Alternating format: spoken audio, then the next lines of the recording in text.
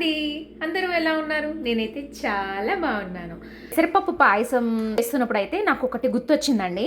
అదేంటంటే చిన్నప్పుడు మా మమ్మీ కట్టు చేసేది. సో పెసరపప్పుతో కట్టు చేసుకుంటాం కదా, చాలా అంటే చాలా రుచిగా ఉంటుంది.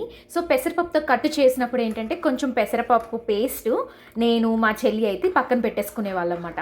సో తర్వాత దాంట్లో కొంచెం పంచదార వేసుకొని కొంచెం సేపు పొయ్యి మీద పెట్టుకొని తినేసేవాళ్ళం. చాలా ఇష్టం.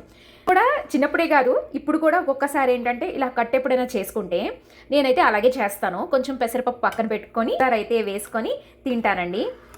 అయినా ఏదైనా మెమరీసే కదండి. వావ్, చూస్తుంటేనే చాలా అంటే చాలా నోరుడిపోతుంది. పప్పు పాయసం అయితే రెడీ అయిపోయిందండి.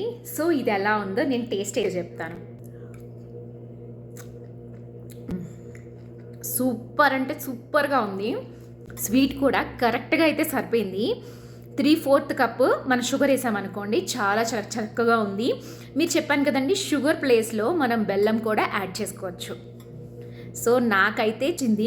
మీరు కూడా ఈ పెసరపప్పు పాయసాన్ని అయితే ట్రై చేద్దాం అనుకుంటున్నారా? అయితే కింద లింక్ ఇస్తానండి. ఆ లింక్లోకి వెళ్తే మీరు పెసరపప్పు పాయసాన్ని చూసి. Thanks for watching. Bye bye.